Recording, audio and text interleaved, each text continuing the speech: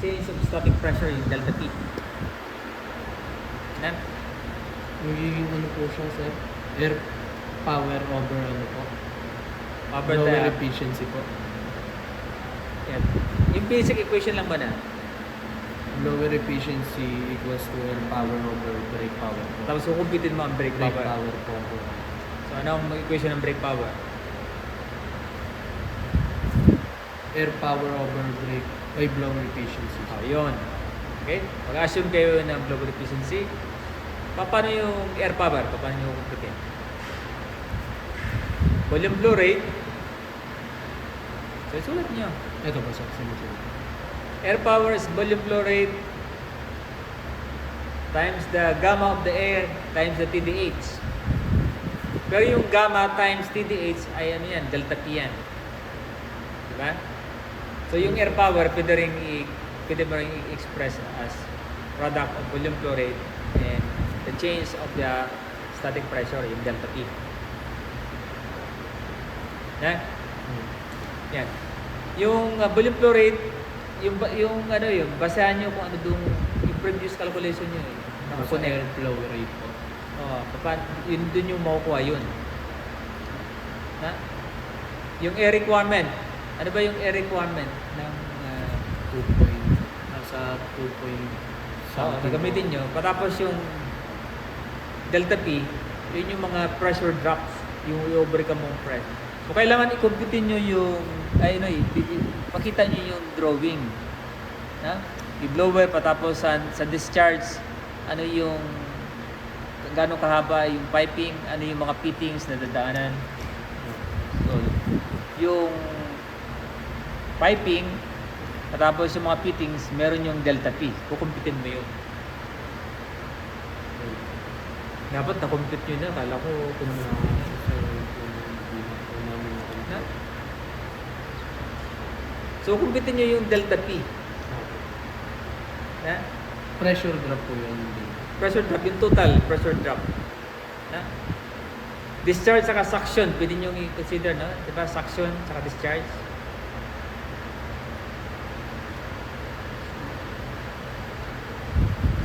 Sa suction, meron ding pressure drop. Discharge, meron ding pressure drop. Ha? So, i-layout nyo. Gaano kahaba yung suction, discharge. Ano ang mga fittings? May mga valves ba yon? Isa lang naman po yung O yun. So, anong klaseng valve yun? So, ano yung K value ng valve? Ha? K value. Yung coefficient. Loss coefficient. No, di ba? Gagamitin yung delta P is equal to K B squared over 2G para makuha yung pressure drop doon sa fitting. Patapos yung pressure drop naman ng straight length piping, gamitin mo yung Darcy-Weisbach. ano pa, sir? Darcy-Weisbach equation. So sa air conditioning natin, di ba? Gamit na gamit yung Darcy-Weisbach. Fluid mechanics, fluid machineries, Darcy-Weisbach equation. Okay? So dapat kinumpit nyo, hindi ito pwede ng ganyan, ha? Hindi yan pwede. Kasi unang-una, anong basehan nyo yan? Ang tanong dyan, anong basehan Sa nyo yan? mga previous po na Hindi pwede sabihin natin na ganyan previous. Kasi iba na yung requirements. Iba na yung load. dimension. No? Nag-iba yung dimension. Kaya hindi na pwede yung dati, yun, base yun doon sa load requirement. Yung nagbabago-bago, di ba? Load requirement. So ito ay hindi mo pwedeng yan, ha? Mag-question tayo dyan. Makinig kayo, ha? Opo. Kasi ayoko ng yung ang daming sinasabi ang panel. Gusto ko na pag bumira kayo, lalo na dapat sana tapos na kayo, no? Kumbaga yung consideration binigay na sa inyo. So dapat pagandahin niyo na. Kasi sabihin ng panel, ito nga, pinagbigyan na tapos hindi pa rin inayos. So baka dyan tayo, sigurado yan, makikita yan, yung lower niya. Kasi walang calculation, walang basis. Kasi pag bago ka pumunta sa catalog, meron ka ng calculation. Kaya yung ginagawa, di ba, ginagawa natin sa klase, di ba? Pagkumpitin natin, horsepower requirement, tapos punta tayo ng motor catalog, saka natin makukuha ito. Na? So ito ay, pag tinanong kayo, wala nga yung horsepower requirement. Di ba kayo napaka-importante, horsepower? Wala akong makita. Asan yung wattage? Hindi nakalagay din. Hindi. Pero yung ano po namin 30 watts po. Nasa Okay. 0.05 horsepower. Dapat nakalagay yan dyan. Kung ano yung... So kukumpitin nyo muna. Yung brake power, kukumpitin nyo yung nominal brake power. At tapos, punta ka ng catalog. Okay?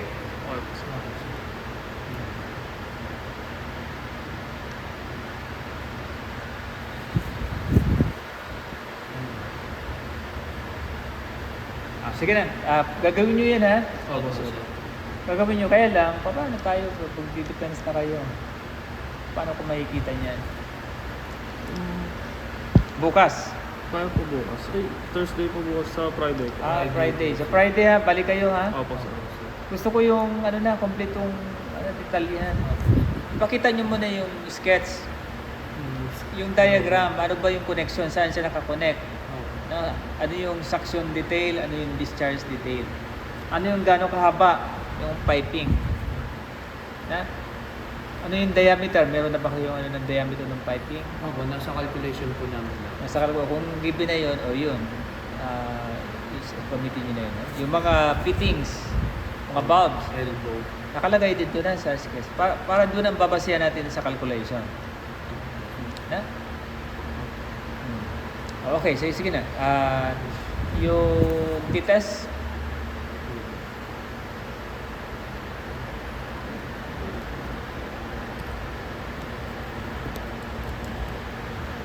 Hindi ko po nalagay yung sa curve po. Meron nga po. hindi meron, di ba nabanggit ko sa inyo, na kailangan yung pagalan po. oo. Kasi paano natin makikita kung saan siya bumagsak. Na?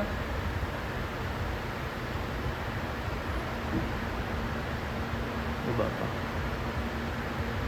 Di ba yung merong mga ilang trials yan? 3 po. Tatlo po. Trial.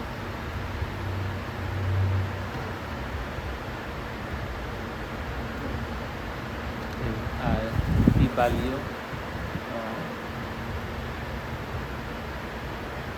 Ayan, so degrees of freedom, paano nyo na-complete yan, degree of freedom? Ano lang po yung degrees of freedom. Kung ilang trial po yung ginawa nyo magkabila, pag-add po siya, tas -2 po. Minus. So, ilagay nyo din yung, may formula yan, may pinigay yung formula. Wala po po. Dagdag na lang po namin. Idagdag nyo po, paano nakuha yan, degrees of freedom. Patapos Yung yung, iba po kasi sa Excel ginagawa pero minano-mano ko po yun. patapos itong variance, may equation kayo dyan. Opo, meron. Standard Nasa baba. equation. Ayun, yung S. Nasa baba. Yan. Ay, hindi.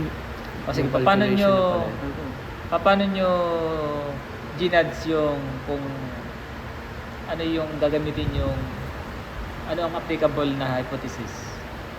Ano yung parameter na pasabihin natin na accept the alternative. Kasi po yung critical value po namin, 2.7. Sa dyan, hindi pang kita nyo sa akin. Nasa taas din. Putol.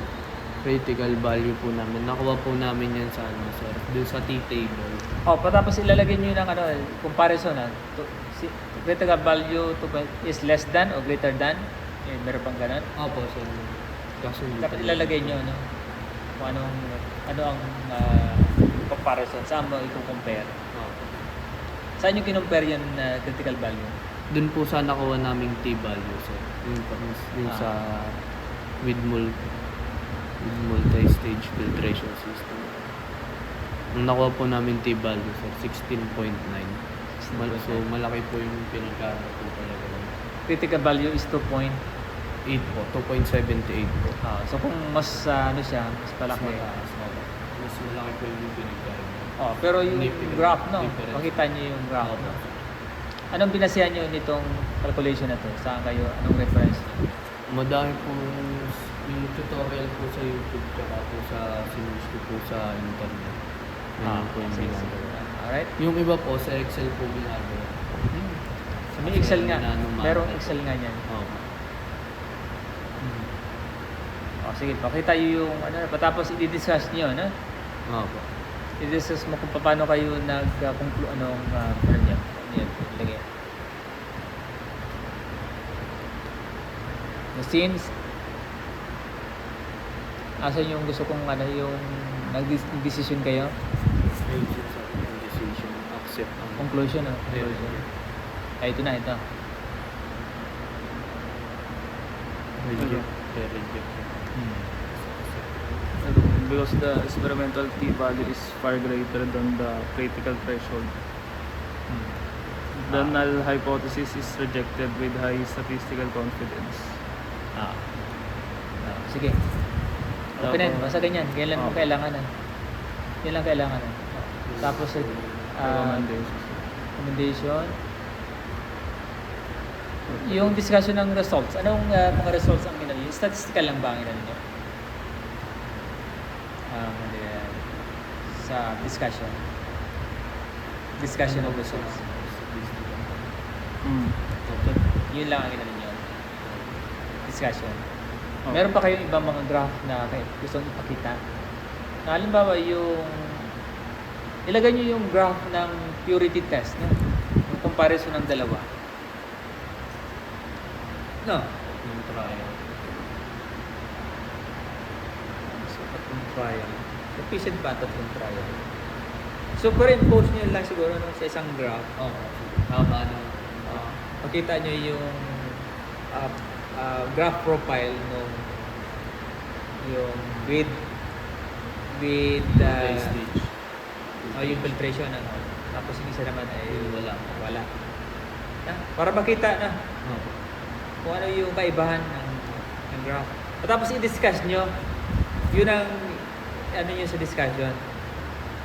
Plus yung statistical, yun ang mga di-discuss. Tapos ay conclusion.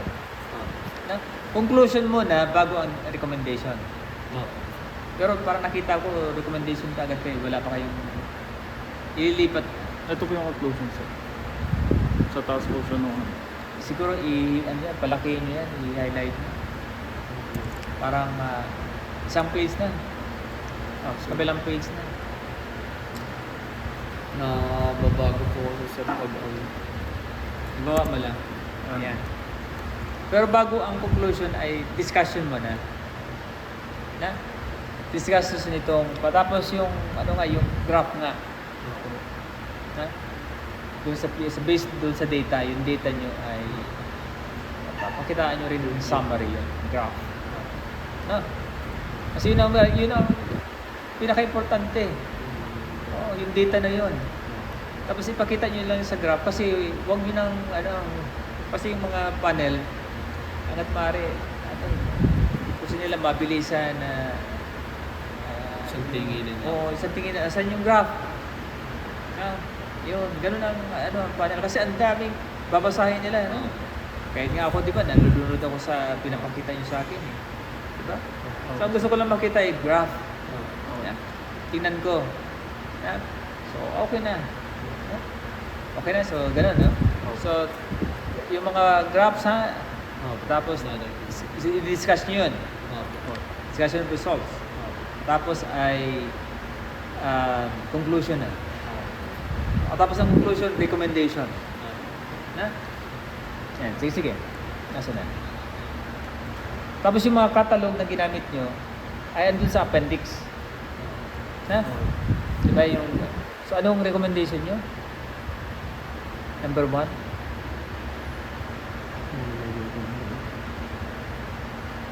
Siguro lagyan nyo rin ito ng mga may description siguro yun bago kayo mag-outline ito. Lagyan mo As na, a recommendation. o lagyan mo description yung recommendation. Parang napaka-blunt. Na? Parang intro sa recommendation. Na? At parang hindi yan ang standard, no? Sa recommendation. Ang sa recommendation ay ano siya, narrative, hindi siya naka-outline. Hindi ganyan. Siguro. Narrative. Tuloy-tuloy siya. So gawin niyo sigurong narrative yan. Sige po, sir. Huwag ganyan pa isa-isa. Siguro. Pero i-research nyo kung ano yung, baka nagbago na yung mga standards, no? Pero parang hindi ganyan ang recommendation. Ang recommendation ay isa, narrative, tuloy-tuloy siya. Siguro. Ha? Yung conclusion nyo, baka naka-narrative din yun, ha? Pero yung conclusion, hindi. Yan, ganyan. Narrative yan, ha? Narrative. Okay. Yan. Sige, narrative. Tapos dito sa recommendation, narrative. Tapos ano pa? Kasi tingnan ko nga, ano ba yung mga pinagbianan niya?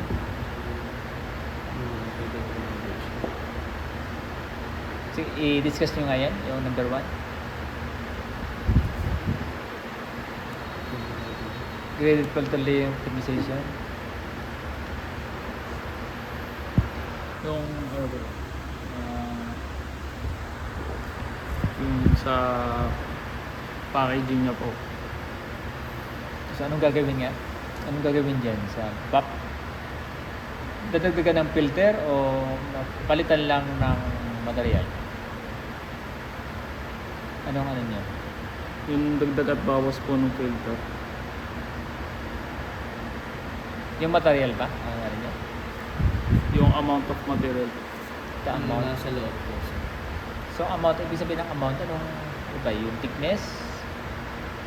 Opo, yung thickness po ng pagkakapak po ng fit na material. Sa loob. So dapat klaro ha kung ano yung gagawin. Okay. Kasi yung recommendation na investigate, parang kung ano sana yung specific na gagawin. No? Optimize. O yung meron na kayo, na nakita nyo na ang performance ng prototype nyo. So ano yung mga may recommend nyo for improvement? Okay. Hindi siguro yung parang sige bahala kayo dyan, imbestigahan nyo. Okay? The optimal packing density. So sa tingin nyo ito ay pwedeng gawin yan? Pwedeng klaro yan? O masyadong vague yung instruction?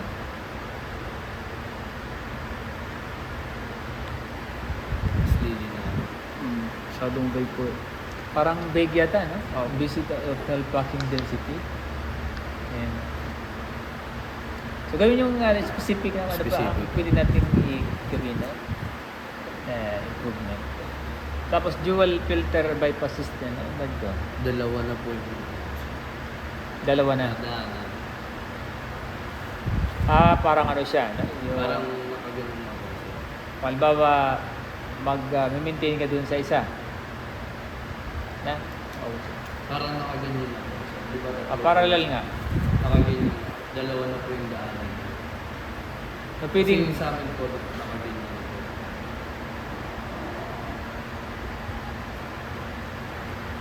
Pero magiging dalawa na po yung daanan. dalawa. Kasi parehas naman po yung daanan. So, maintenance. Purpose yan. Kaya lalagyan natin ng bypass. Anong gamit ng bypass? Para pag magpapalit ka ng filter, hindi mo na Opo. isa-shutdown. Opo. Tapos number 3, safety blowback prevention.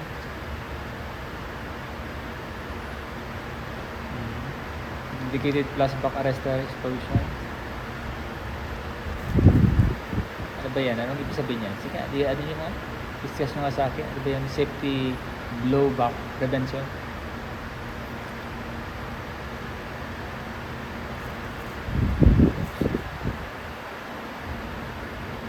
Ano ba? Relate valve? Opo sir, doon po sa end na po ng pagtapos po nung third filter. Bakit? Ano kung wala yan? Ano ba? Merong explosion na nangyari?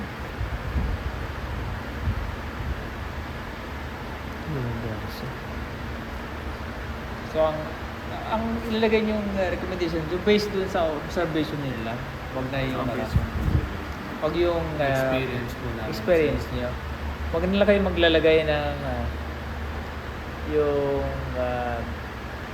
kumbaga wala naman, kumbaga hindi niyo man hindi niyo nakita na kumbaga merong problema, hindi niyo na dissipate. So anong gagawin?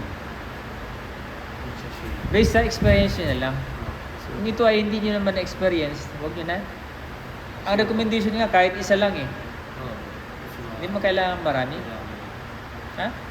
So, i-delete nyo ang mga recommendation na hindi kailangan. Ha? Zero. Ha? Observation experience. Alright? So, yung, alam ba, sa safety concern, no? Yan, may importante yun. No? Diba na-experience nyo na may yung hazard to explosion. So, ano kaya ang ano doon? Anong gawin? Okay? Diba, hindi nyo lagyan ng insulation. Ano yun? Mainit pala, no? O, lagyan ng insulation, siguro. Base dun sa experience nyo lang. Okay po sir. Yan. Huwag na dun sa previous study. Ayan mo na, nandun na yun sa study. Basahin na lang nila yun. Pero sa inyo, dapat sa experience yun. Kaya yung wala naman wala na dun sa ibang literature. Na?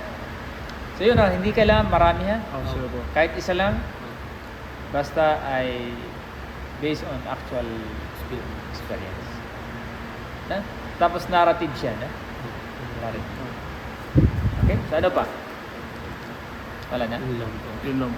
Economic study, analysis. Tingnan ko ulit. Na kung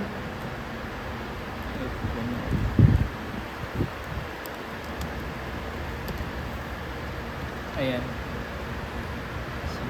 Yung equation nga, balik na natin.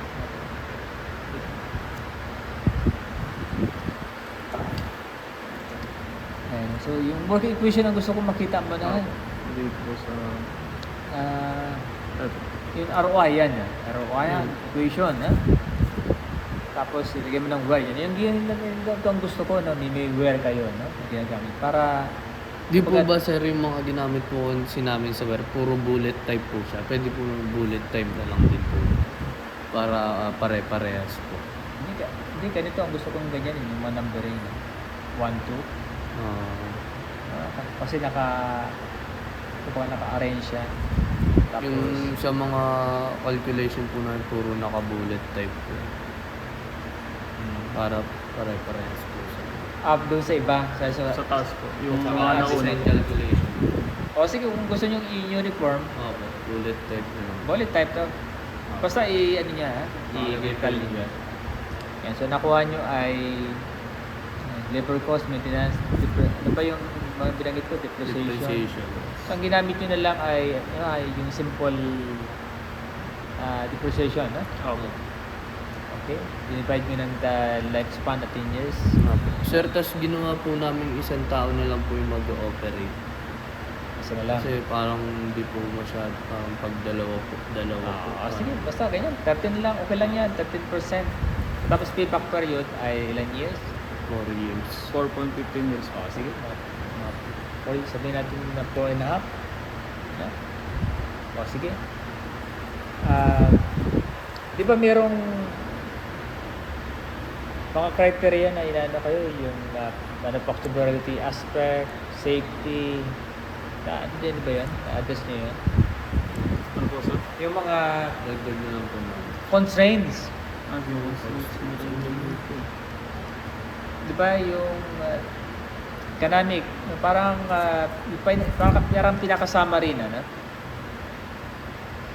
Summary na, halimbawa, economic constraint. No, so, napakita nyo na ang ROI ay 13%. Ibig sabihin, okay, no? Parang May sama. Oo. Tapos sa safety naman, ano, patingin niyo? Tapos manufacturability, no? Sasabihin nyo, isa-cite nyo yung standard about USB semi-code, ASME code for the publication.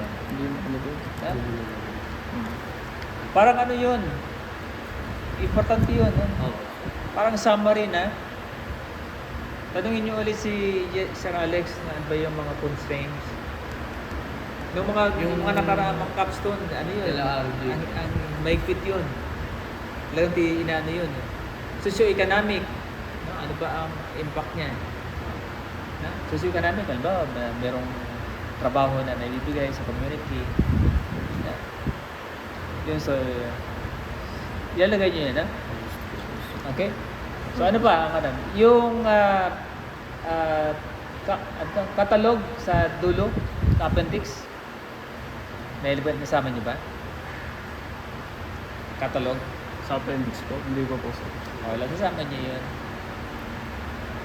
Yung mga catalog.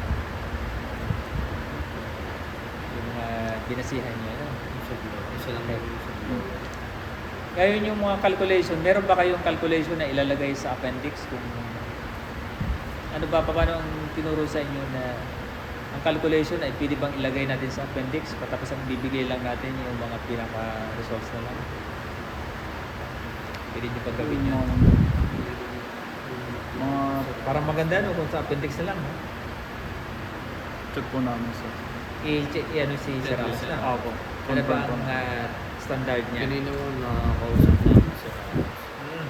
Ano ba sir, pwede ba namin yung mga detailed calculation para hindi masyadong mabigatan yung panel, no? Sa pag-check. Tapos kung may tanong siya, Appendix. sabihin na lang andun sa appendix yung calculation. Parang ano na po. Wala na dun po yung formula. Parang kung ano po yung nakuha na lang namin. Para may mga summary na lang, ano? Summary na lang ilalagay mo. Tapos yung calculation, andun na sa... Pero i-check nyo kay Sir Alex, na? Sige po. Check po Paano namin. magandang gawin. Kasi meron namang gumawa niyan eh, yung mga calculation sa appendix nila pinaglalagay. Lahat po ng calculations. O halos lahat, pero yung pinaka summary na lang, yun ang pinapakita nila. Yan. So itanong nyo sa Alex kung ano ang magandang Sige po. arrangement. Sige. So ano pa? Yung mga nabanggit ko. Yun lang po sabi sir. So, i-recall nyo yung comment ng panel. Ano ba yung mga pinagsasabi nila na dapat yung gagawin? Kasi babalikan kayo ng mga panel. Sige nga, kung na-recall nyo pa yung comment doon sa yung huling defense. Yung gawin po Nabigyan ba kayo ng list ng mga comments? Tatap naman kayo noon. O nag-take note pa kayo noon during the defense? Naka-record po. O so, na-review nyo ba? Opo sir. Review nyo kasi babalikan kayo noon. Hindi ko na maalala yun ha. Balikan nyo kasi papagalitan tayo. Na. Sabihin, Binabi naman po namin sa mga basta paki-review na lang. Kasi ano yun ang hanapin sa atin ha. Ganito ang sinabi ko sa inyo. Diba nyo ba? Diba? Si Engineer Kasakop, ano nga yung mga comments? Siya marami. Gawing Gasoline engine. Oo, sige. Ano pa?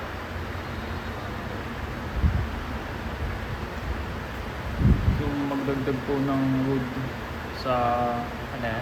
ng magdagdag po ng wood as ano po as idagdag po sa rice husk.